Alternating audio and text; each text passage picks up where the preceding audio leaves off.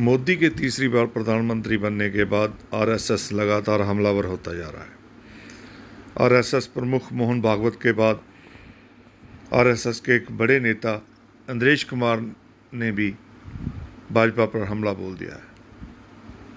अंदरेश कुमार ने एक संबोधन में कहा, जिन्होंने राम की भक्ति की और धीरे धीरे अहंकार आ गया, उस पार्टी को सबसे बड़ी पार्टी घोषित कर दिया और उसका और जो पूरा उसको मत मिलना चाहिए, जो शक्ति मिलनी चाहिए, वो भगवान ने अहंकार के कारण दी।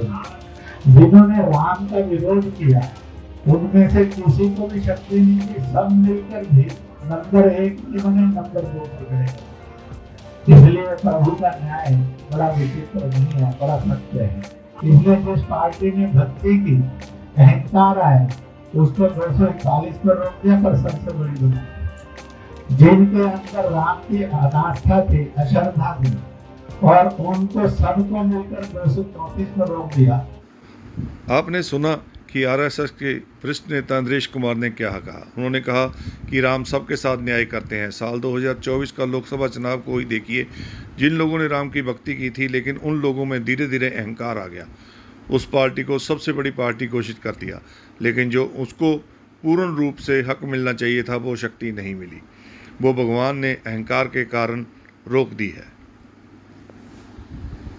और जिस पार्टी ने भगवान श्री राम के अस्तित्व को नकार दिया था, श्री राम जन्मभूमि के खिलाफ सुप्रीम कोर्ट में वकीलों की फौज खड़ी की थी, और जिस पार्टी ने भगवान के अस्तित्व को नकारा था और जिनकी राम में कोई आस्था ही नहीं थी, उन्हें एक साथ 234 पर लाकर भगवान श्री राम ने रोक दिया। कुछ दिन पूर्व ही आरएसएस प्रमुख मोहन भागवत ने भी एक बयान दिया था। उन्होंने कहा था कि जो वास्तविक सेवक है, जिसे वास्तविक सेवक कहा जा सकता है, वो मर्यादा से चलता है।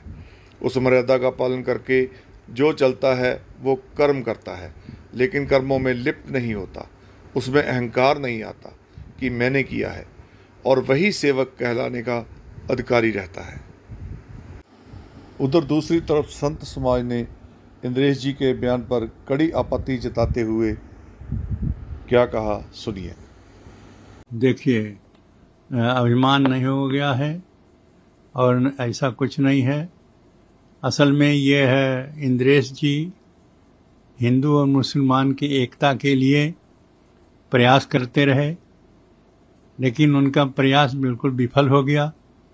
मुसलमान ने भाजपा को वोट दिया ही नहीं, और वो चाहते थे कि पहले ही प्रयास बहुत दिनों से करते रहे कि हिंदू मुसलमान की एकता हो जाए, और मुसलमान यह जो भाजपा है, भाजपा को वोट दें जिससे कि इनके विजय हो ऐसा प्रयास करते रहे।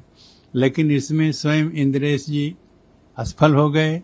इसलिए वो आरोप, अपने असफल होने का आरोप भाजपा पर लगाते हैं, और उसको यह कह रहे हैं कि अभिमान हो गया है, और अभिमान नहीं हो गया है। वो अपने ढंग से जो भी करते रहे वही ठीक करते रहे, और 241 यदि सांसद उनके हो गए हैं तो ये कम नहीं है, बहुत है। हाँ, रही बात कि प्रयास इनके कुछ दूसरा रहा, और प्रयास में विफल रहे, भाजपा विफल रही, और इसीलिए कि अंदरेश जैसे विचारक जो आरएसएस में हैं, उन लोगों ने सहयोग नहीं दिया। इनके प्रचार में, इनके कार्यों में वह शिथिलता बरते, इसीलिए यह घटनाएं हुई। वस्तुतः वो अपना जो असफलता है वो भाजपा पर लगा रहे हैं, ये गलत है। बिल्कुल भाजपा ने अपने ढंग से, और अभिमान नहीं है, और उनको स्वाभिमान है, उनको यह गौरव है कि 500 वर्षों के जो विवाद रहा उसको समाप्त किया और राम मंदिर का निर्माण कराया। इतनी बड़े कार्य करने वाली भाजपा को और वो असफल कहते हैं, अभिमानी कहते हैं। उनके स्वयं समझदारी नहीं है, उनके वस्तुतः जो बोल रहे हैं वो गलत है, वास्तविकता है यह नहीं है। वास्तविकता, यह कमी जो है वो अंदरेश जी के प्रयास में है। वो हिंदू और मुसलमान में एकता करना चाहते थे, लेकिन उसमें विफल रहे। मुसलमानों ने वोट भाजपा को नहीं दिया। यह विफलता जो है अब भाजपा पर लगा रहे हैं, उनको अभिमानी बना रहे हैं। अभिमानी नहीं है। हमारे माननीय प्रधानमंत्री हों, चाहे योगी आदित्यनाथ जी हों, मुख्यमंत्री हों, ये सब के सब बड़े हृदय से, सहृदय से और हिंदू उत्थान के लिए वो प्रयास करते रहे। राम जन्मभूमि के लिए बहुत कुछ किया है और रामलला के प्राण प्रतिष्ठा हुई और सब कुछ हो गया है। ऐसी स्थिति में उनको अभिमानी कहना गलत है।